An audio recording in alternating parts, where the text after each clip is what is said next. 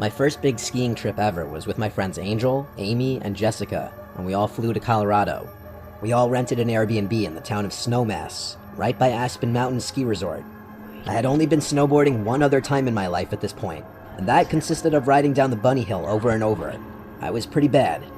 First thing we did from the airport was Uber straight to the Airbnb. It was a spacious 4-bedroom house. It had a huge deck with a hot tub on it overlooking the Colorado countryside. Since it was nighttime already by the time we got there, we went out to some local bar on the first night, which was a Thursday. The next day, we went straight to the mountain via Uber. We got our rental equipment at the mountain to make things easier. It actually wasn't super crowded on the first day, probably because it was a work day. The next day, it got a lot more crowded. For some reason, I just couldn't really get the hang of it. I couldn't make it down a slope without falling at least a few times. At a certain point, I was so fed up that I just sat on the side of a slope to catch my breath and take a break. Meanwhile, a bunch of people zoomed past me, even little kids that made it look easy. Then came this man who seemed like he didn't really know what he was doing either. He came up to me and asked if I'm okay, and he started trying to make conversation with me. It was the weirdest spot to make conversation, so after a few seconds of answering his questions, I got up and said nice talking to you, and resumed trying to snowboard down the mountain. This mountain was a blue run, meaning it was a longer slope to get down and slightly more difficult than a green. I stopped again a little further down the mountain to take another break. I really wasn't having fun. To my dismay, I saw that guy from before approaching me again. He was inching closer to me with the same struggle I had been dealing with. He stopped right next to me and unstrapped from his snowboard, then sat a few feet from me. He started talking to me about how he's not used to so many pretty girls like me being here. This was super weird because I had on a ski mask and helmet. My face was practically covered. He asked who I was here with. I lied and said my boyfriend. He laughed and said he saw me come here with all girls.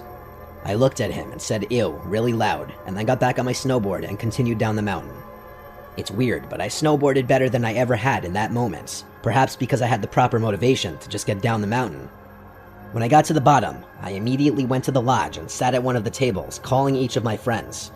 Amy was the first one to pick up. I explained what just happened and asked her to just come sit with me. A few minutes later, I saw her walking over to me. I had already texted our group chat saying we should leave. It was already around 3 o'clock anyway, we'd been there a few hours. When Angel and Jessica finished whatever run they were on, they met us back at the lodge. We returned our rental gear and then Ubered back to the Airbnb.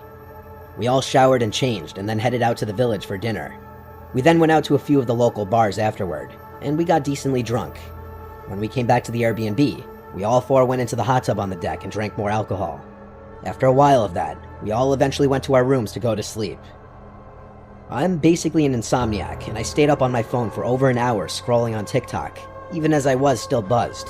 I wasn't tired, and this was a very, very good thing that may have saved us. I heard footsteps out in the common area, either the living room or the kitchen. The Airbnb had wood floors throughout.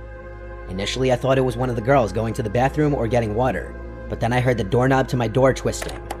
I sat up and was about to say one of their names, but I stopped myself because why would one of them be trying to come into my room? I instantly went to the group chat to text everyone and ask who that is. Nobody answered. They must have been asleep. I tiptoed to the door and put my ear up against it. I heard footsteps moving around. When it went quiet, I ever so quietly unlocked the door and twisted the doorknob. I pushed the door open as gently as I could, and I peeked into the living room. I looked from corner to corner until I saw a tall black silhouette walking from one door to the other. It was a man for sure. He was trying to get into one of our rooms.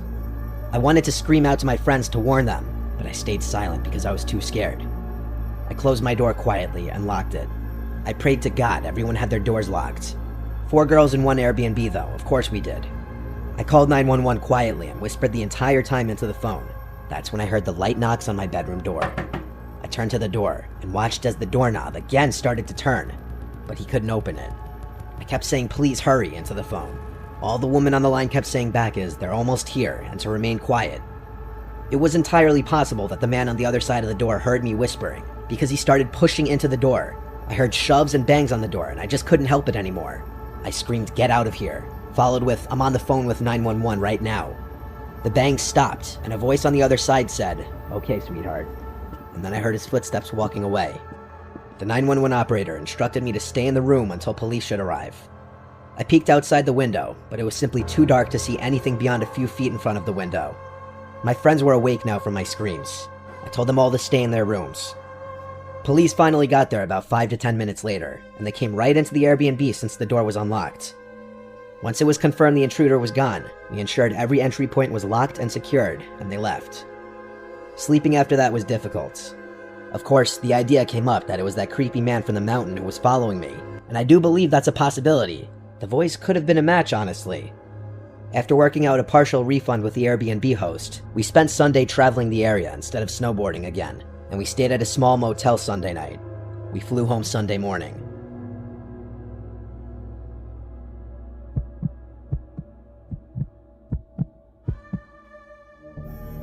Whenever I was scared as a kid, my dad had always told me in life that you should not be scared of ghosts, fear the living, because they can actually hurt you.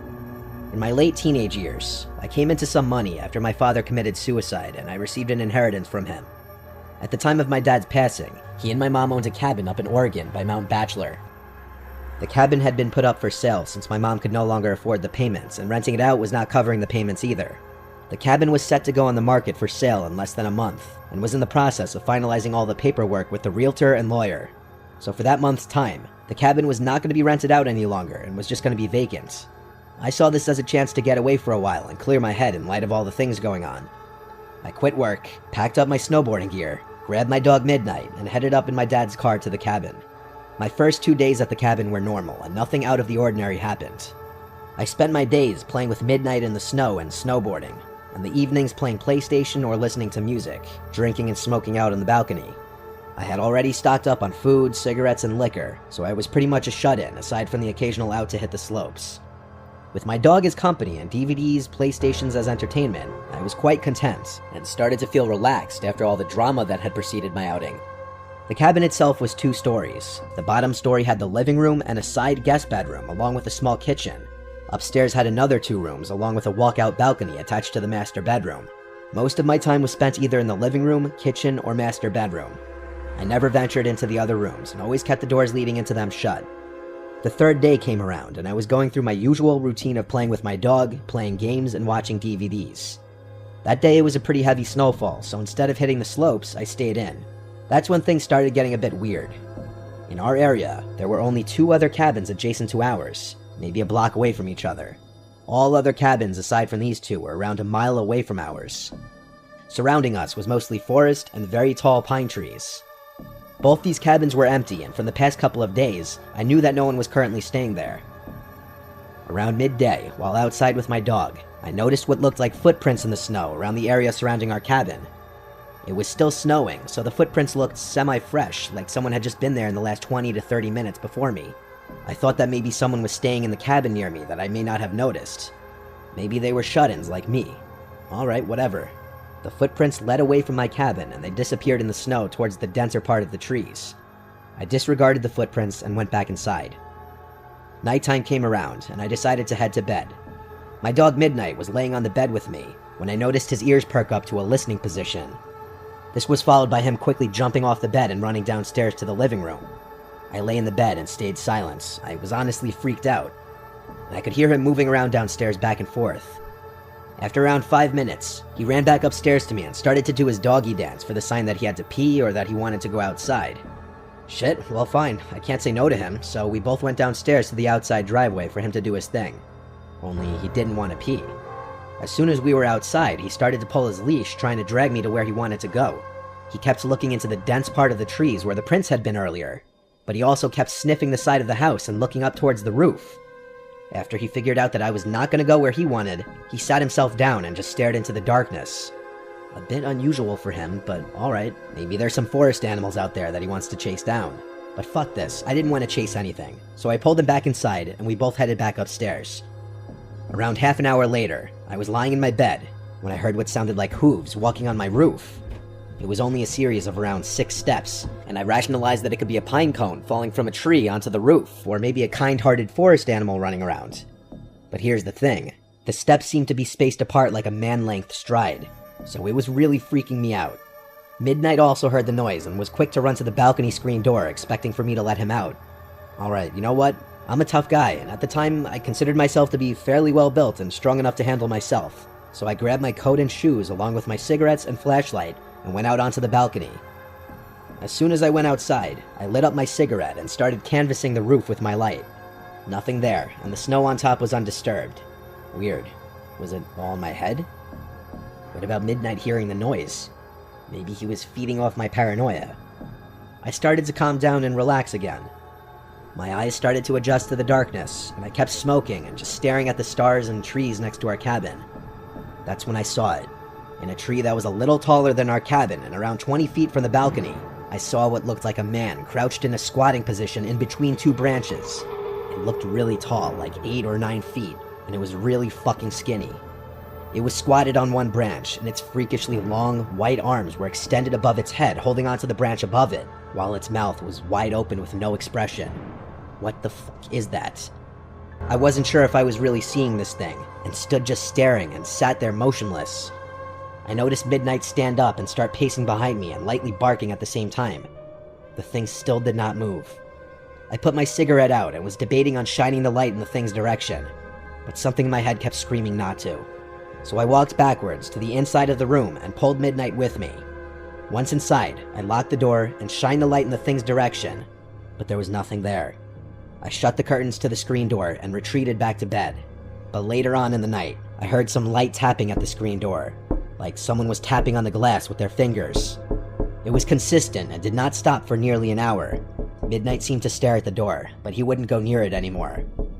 The weirdest part was that I had a feeling like someone was inviting me to open that door, but at the same time, I kept hearing my dad's voice in my head, telling me to stay in bed and don't do it. I listened to my dad's voice and just stayed where I was. I passed out eventually and woke up in the morning. It didn't take me long to pack everything and get the hell out of there.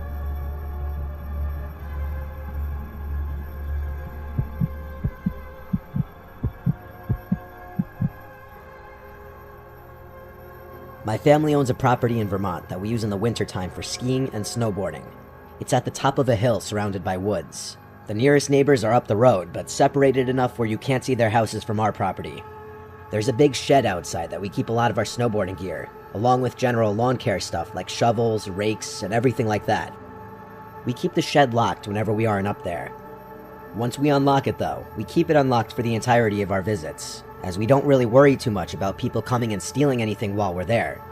The actual house is pretty nicely sized. It's technically 3 floors, with the 3rd floor being a loft master bedroom, which is reserved for my parents, and my siblings and I aren't allowed to use it. This one weekend, I was heading up there with this girl Melissa, who I was going to be teaching how to snowboard, as she'd never been before. We had a beginner board up there that she used, along with all the proper equipment. On our property, since it's on a steep hill, we actually made our own little custom slope that we'd sometimes snowboard or sled down for fun. So before taking her to the actual mountain, I suggested I teach her the basics on the hill. We put on all of our gear, and right up at the top of the hill, I slowly started descending, showing her the basic movements. When she made her first attempt, she right away fell, as expected, but she was persistent and kept trying and getting back up. Each time we made it to the bottom of the hill, she'd get a little better, and then we'd walk back up and do it again. At some point, we both heard a male voice call out from the woods, presumably at us. It said, "Hello." We start looking around, confused as hell. All we saw were a bunch of trees and a white sheet of snow covering the floor of the woods.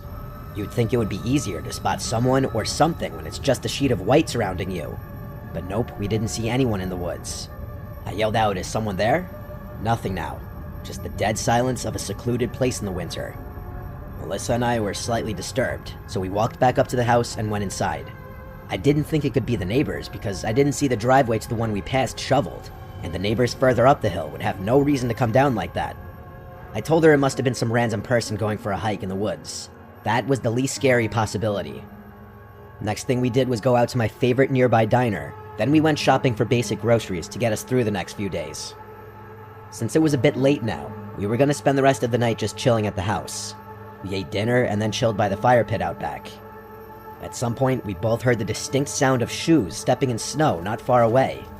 I turned off the music for a second, but with the sound of the crackling fire, it still wasn't dead silence. By this point, whatever we heard stopped. I asked for her phone so I could use both my and her phone's flashlights to point into the woods. Again, like earlier, I called out, "Is someone there?" which scared Melissa. She asked to go inside, so we did. We didn't go back outside that night. The next morning, I woke up to Melissa getting out of bed. I was still tired, so I went back to sleep, and when I woke up again, she was still not in the bed anymore. I looked at the time, and it was already like 9 a.m., so I got up and opened the curtain to the window. I looked out at the shed outside. The door was open, and I saw the breath of someone being blown from behind the door to the shed. I wondered what Melissa was doing out there. I opened the window and yelled Melissa's name, but when she called back, her voice came from inside the house, right in the living room. I got goosebumps. I kept watching the escaping breath of whoever was in our shed blow out the door. I yelled outside, "Yo, who's in my shed?" And a few seconds later, I shut the window and ran out to the living room to find Melissa watching TV. Or rather now, she was more so just standing in front of the couch, concerned. I looked out the back door and saw the back of somebody dressed in black running into the woods. I looked for my boots, but by the time I put them on, it was too late to chase him. I went to check the shed to see if anything was stolen, but it seemed everything was there. I relocked the shed just to be safe. I saw the footprints of that person lead from the woods to the shed, then back to the woods again. I wasn't about to follow the footprints, though. After nerves calmed a bit, we ate breakfast, then headed for the mountain, and we had a whole day of snowboarding. Melissa picked it up surprisingly well, and we plan to have one more day at it tomorrow. After we got back to the house, we cooked a steak dinner, then watched a movie. We didn't want to sit out in the dark again after last night and earlier that day. In the middle of that night, I woke up to Melissa shaking me. She explained why. Then she told me to listen. We sat in silence for about 30 seconds before we heard, "Help me," in a very long, drawn-out voice from outside. Melissa was in hysterics. Then we heard the voice again. I went over to the window, and she begged me not to open the curtain. I said I was just going to take a peek. I gently lifted one corner of the curtain to peek outside. I don't know what I was expecting to see, except for total blackness. I cracked the window open, and a gust of cold air hit me in the face. I listened, intending on getting a better idea of where this voice was coming from, and then I suddenly heard footsteps in the snow, getting much louder very quickly. They were coming toward the window. I quickly pulled it down and relocked it. Whoever it was already saw me, though. The knock on the window confirmed it. I looked over at Melissa, who was hiding under the blanket, making faint crying noises. I told her to just stay quiet. Our best response was to not respond or acknowledge them. There was never another tap at the window, nor were there any more calls from outside. It was a long couple hours after that of not sleeping. Eventually, though, we got so tired that we did end up just falling asleep. The next morning, I checked around the house, and there were footprints literally surrounding the house. Someone or multiple people had been circling the house, apparently going from window to window. We decided we'd leave early, because clearly someone was stalking us from the moment we got there. I locked everything back away in the shed, then we packed the car, and back to Rhode Island we went. For those curious, nothing was broken into or stolen the next time any of us went back up there, so truthfully, I don't even really have a guess as to what that person out there wanted, but it was most definitely the same person stalking the house from the moment we got there. It might have been multiple people, and when you're up in an isolated place like that, realizing you're not alone is the scariest thing imaginable.